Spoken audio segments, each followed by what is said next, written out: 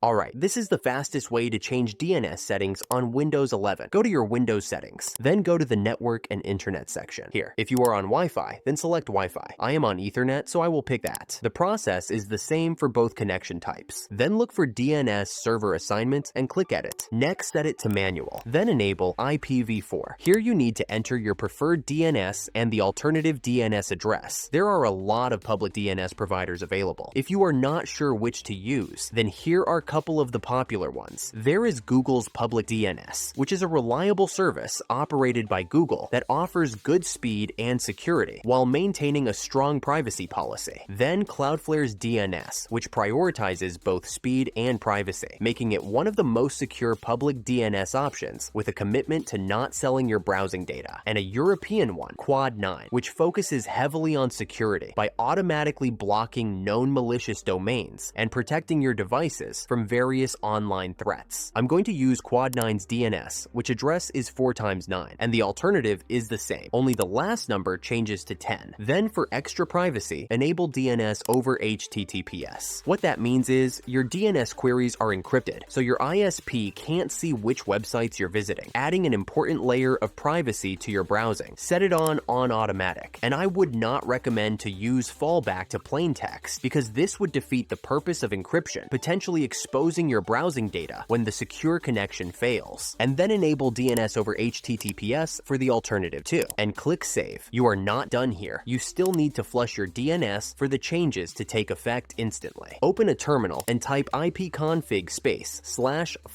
DNS. If it says successfully flushed, then restart your PC and you are done. If you found this guide helpful, hit the like button and subscribe for more tech tutorials. See you in the next video.